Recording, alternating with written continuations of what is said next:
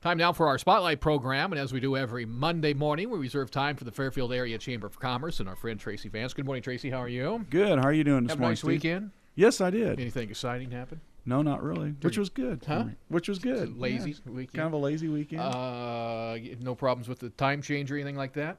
No. Oh, I suppose if you don't have a big weekend planned, it doesn't really matter. That's right. Yeah. Outstanding. By the way, everything we talk about today on our Spotlight program, Chamber Talk, can be found online at fairfieldiowa.com, and you can also sign up for a weekly newsletter, which will come right to your inbox every Monday morning. It is called The Week That Will Be. Let's jump right into it. What's on the calendar this week? First of all, any new chamber members or anything to talk about? Well, we have our member-to-member program highlight of the week, and that's Healthy Inspirations and Guiding Light Massage Therapy Spa and Massage Therapy School. Okay. You will receive $15 off any regularly priced service and 10% off all retail.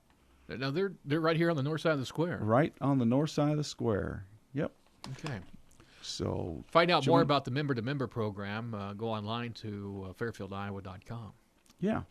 And then moving right along into the week, we have our Chamber Ambassador Committee meeting at 9:30 tomorrow morning.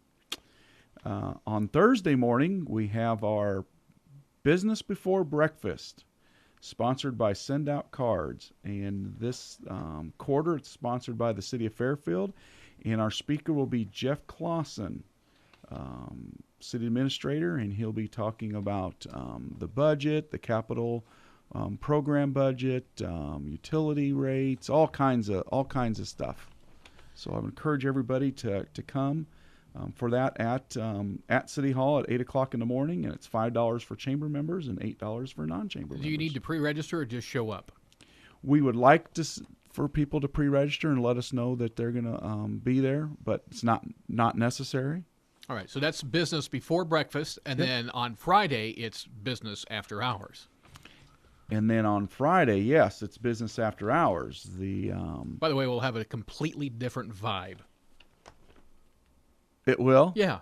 Now, why do you say that? Well, business before breakfast, we'll be talking about city budgets and getting ready for your work day. On Friday, business after hours. Oh, yeah. Where we've got the week done. It's completely St. Patty's Day is just around the corner. Yep. And everybody's favorite leprechaun, John Morrissey, will be serving up a libation or two. Yeah, at his law office on Court Street, and the time is a wee bit past 4 p.m. to 7 o'clock. That's a 4:01. 4:01, yep. Irish stew, Irish coffee, cold beverages, laudatory toast, and festive singing expected. Is that pot of gold beverages? Something like that, yeah. So that's on Friday, the business after hours. And all right. I've heard that's pretty famous or infamous or however you want to say it. But Saturday is the final legislative breakfast of the season, 7 a.m., Best Western, Fairfield Inn. Is that right, 7? 7 a.m.? 7? Wow, that's too really early. Actually, it's 7:30 a.m. Okay. All right. $12 gets you an opportunity to enjoy some breakfast, a sit-down discussion with our area representatives, which is going to help us segue into our guest today because you did arrange a guest today. Yes, I did. All right. So, again, Saturday morning, 7:30, legislative breakfast at the Best Western Fairfield Inn, the last one of 2012. And, again, that's sponsored by the Fairfield Area Chamber of Commerce. So I'll let you introduce our guest real quick. Well, this morning we have State Representative Kurt Hansen with us. Are you there, Kurt? Yes, I am. All right. Thanks for joining us this morning. You're most welcome. It's a beautiful morning here within daylight savings time, and hopefully we're going to have a very good week here. The temperatures are expected to climb. Yes. Well, as we just got done telling everybody, this Saturday is our last legislative breakfast for the session, and we know you're working on quite a few things there in Des Moines, and one of the top items that you're working on, I know, is education. Can you kind of give Phil a bit on we've heard a lot of hubbub about education reform, and can you give us kind of an idea where that's at right now? Well, I think the Iowa House is going to work on the education reform bill as proposed by the governor this week. And so we're going to work very hard on that, and there's some areas of agreement. We think that we should be personalizing instruction to students and recruiting great teachers and great principals. making our expectations of our young people very high, and so that we can put everybody on a post-secondary track to more learning. And this all ties in with economic development, too. If we don't have a well-educated student body, we're not going to be able to develop our economy as we'd like to. So there's a lot of things that hinge on this, so we just can't keep doing what we've been doing in the past. It hasn't been working well. Yes, I would agree, and I think I appreciate your efforts. I think you do serve on the Education Committee, don't you? Yes, I do, and we put many, many hours into that work, and we had a public hearing here the other day, and I was very impressed with the people from all over the state of Iowa, from many different occupations that chose to come to Des Moines and speak. And I thought one of the best phrases that I heard was that we need to be on the cutting edge of technology without being on the bleeding edge of technology. And I think that's there's a big difference there, and I think that we need to look at that very carefully. We need to advance where the research shows that we should be advancing. Well, I also liked the comment you made about making the connection between economic development and education. I think that's so important. That's one thing that I don't think that gets enough attention, that our economic development and the workforce and the jobs of the future really depend on the students that we put out in our K through 12 and into our community college system and our university system. And I think that's very important, and I appreciate you understanding that connection. Well, I think it's so important for people to realize that many, many different jobs require a post-secondary education, but that post-secondary education isn't always an academic, particularly academic education. Many times it's a vocational, whether it's learning all the math necessary to run the modern turret lathes on the machines and so forth, or whether it's becoming an expert welder. And there's some very good pay involved with many of these jobs. For example, a master electrician, those are skilled jobs that pay every bit as much as many college degree courses. And I think a lot of our students don't really realize that they need to pursue those vocational fields, and some of the career academies and so forth that have been proposed are one method to do this. So I'm very much in favor of those things and developing our students in the vocational trades in those areas as well as the academic areas. Yeah, thank you. Well, we've seen recent articles and newspaper print that our state rankings in education's kind of dropped a little bit, and can you kind of address why you think that's happened and how the education reform bills that you're working on are going to address that? Well, I think that in many cases we've kind of sat on our laurels and patted ourselves on the back that we were number one in ACTs and number one in ITDs and so forth in the past, and not really realizing that the other states were trying very, very hard to improve their educational standards. At the same time, not realizing that our student body was getting very, very diverse compared to what it was when, for example, I went to school. And so we do have a vastly different student body than we had many, many years ago. And we do have a level of poverty that didn't exist many years ago, with all of the associated problems with that and the split marriages and all those things that were not the schools that our grandparents and our parents knew. It's a much different Iowa society now. So I think we have to address those issues, and we have to personalize the education. And one of the things that's coming online would be online learning, and we're seeing more and more of that. But I think we have to be very careful of that, too, because we don't want to end up with a situation where all of our Fairfield students or something are signing up for online learning in some out-of-state area or some maybe even foreign country.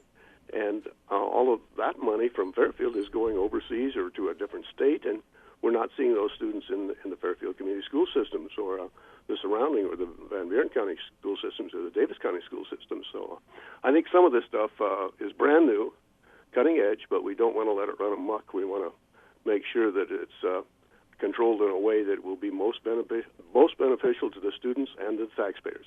Mm-hmm.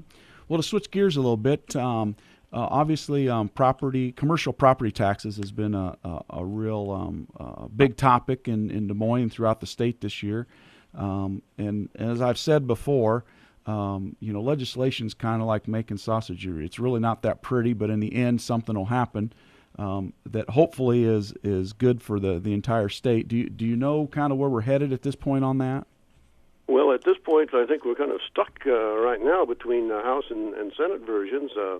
The problem is that we don't seem to agree to whether we should be rewarding the big businesses or whether we should be reducing the commercial property taxes on the Main Street business. We do know that a lot of the large businesses, through various means, pay little income tax. They do pay property tax and commercial property tax.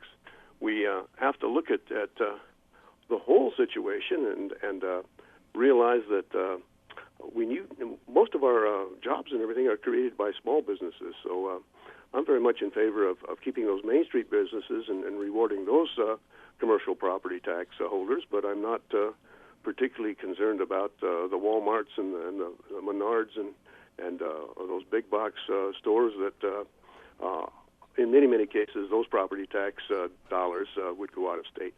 I think keeping our money home is what I'm trying to do. Okay. On again, I'm gonna switch gears again on you. Economic development. I know there's been a couple proposals out there to adjust TIF and make some changes in tax increment financing, and then also the funding of the Iowa Economic Development Authority. Can you address those two issues? Well, TIF measures have been very helpful, I think, in many situations in Fairfield. We've seen some abuses of those things in, say, the Iowa City area and some other areas.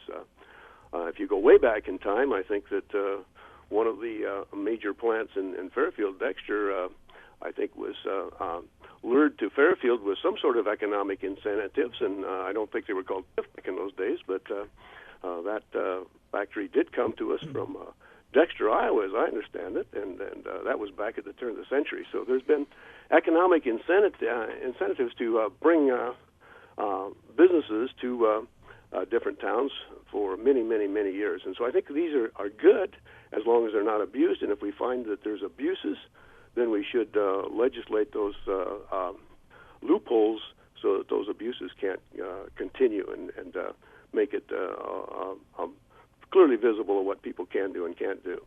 So economic development is something that we have to pride ourselves on and continue to work on. Well, we're talking with State Representative Kurt Hansen, and I appreciate him joining us this morning on Chamber Talk. Kurt, one final question. I kind of alluded to it a little bit earlier, but the funding for the Iowa Economic Development Authority, I know there's been some proposals again out there, and some have even proposed to cut funding for our chief economic development organization in the state. And can you give us a little update on where that's at? Well, I think that there's been a lot of budget funding cuts proposed here, and particularly in the Iowa House. There's been some really draconian budget cuts proposed. Hopefully, those are going to be counterbalanced by some thinking over in the Senate. As far as economic development is concerned, I think this is part of advertising and so forth. It would be foolish for a business to stop advertising if other businesses were allowed to keep advertising. And I'm afraid that's what might happen if some of the draconian budgets that we're seeing coming out of the Iowa House happen to economic development. That would not mean that other states would curtail their economic development funds, so we'd have an unfair playing field, and that wouldn't be good. Cutting off economic development is a little bit like eating your seed corn to me. It doesn't make any sense to just stop that way of thinking and way of advertising and way of attracting different business. We have to continue to do that because others are doing that, and you don't. If you're not up with the field, if you're not playing the game, then you're sitting on the sidelines and you're going to lose out. Well, Kurt, earlier in the show, I mentioned to everybody in the audience that this Saturday is our last legislative breakfast at Fairfield Best Western, and just like to know, how important do you think it is to for these kind of events like legislative breakfast for you to be able to communicate with your constituency? Well, I like to attend all of these because it gives me a chance to listen to the people. and that's where you get your input. Yes, you get emails, and yes, you get phone calls and so forth, but face-to-face meetings, whether they be at the Chamber breakfast, which I'm very glad to attend, and they provide useful information, or whether it's a face-to-face meeting in the grocery store or the gas station or places like that. I think these are all useful encounters, and I really appreciate the public talking to me like in those situations, and even personal phone calls. Well, once again, I think getting pretty close. We have to wrap it up. But again, we have Representative Kurt Hansen with us. And Kurt, I really appreciate you spending some time this morning. I know you're busy this week doing the work of Southeast Iowa, and we certainly appreciate the service that you're doing for us. And I want to remind everybody that this Saturday morning at 7:30 at Fairfield Best Western Inn, the Chamber will be hosting its final legislative breakfast for the session, and want to encourage you to come out and visit with Representative Hansen, Senator Greiner, and Representative Klein, and share your opinions on activities and topics going on in the State House. So, again, Kurt, we appreciate you joining us this morning. Well, thank you very much, Tracy. And it looks like we're beginning to climb out of this economic recession, so the receipts, gross receipts for the year are looking much more favorable than we anticipated. So I think we're getting a little uptick here that everybody's going to appreciate. Well, thank you very much. That's good news to hear. Thank you, and have a great day. Yep, you too. Goodbye. Well, that's exciting. Yeah. Kurt Hansen. And again, he'll be one of the three representatives at the final legislative breakfast, which is coming up Saturday at the Best Western Fairfield Inn. So, again, everything we talk about today can be found, at least calendar-wise, online at exploreseiowa.com, or, at fairfieldiowa.com. And also don't forget to sign up for the week that will be. A couple quick highlights again today. What's on the agenda today? We have Chamber Talk. We also have... Today, Thursday's the business before breakfast. Thursday's the business before breakfast. Right. And that is at 8 o'clock at City Hall. City Administrator Jeff Clausen will be discussing the city budget and other city issues. And then on Friday evening will be our business after hours. And that will be at the Morrissey Law Office, and that's the annual St. Patrick's Day business after hours. On North Court Street, just a half block north of the square. And the weather's supposed to be great. It's supposed to be like 70 and sunny. And yeah. Beautiful. So, all right. Anything else, Tracy, before we let you out of here this morning? I think we've covered quite a bit today. All righty. Tracy Vance every Monday morning from the Fairfield Area Chamber of Commerce here on Chamber Talk.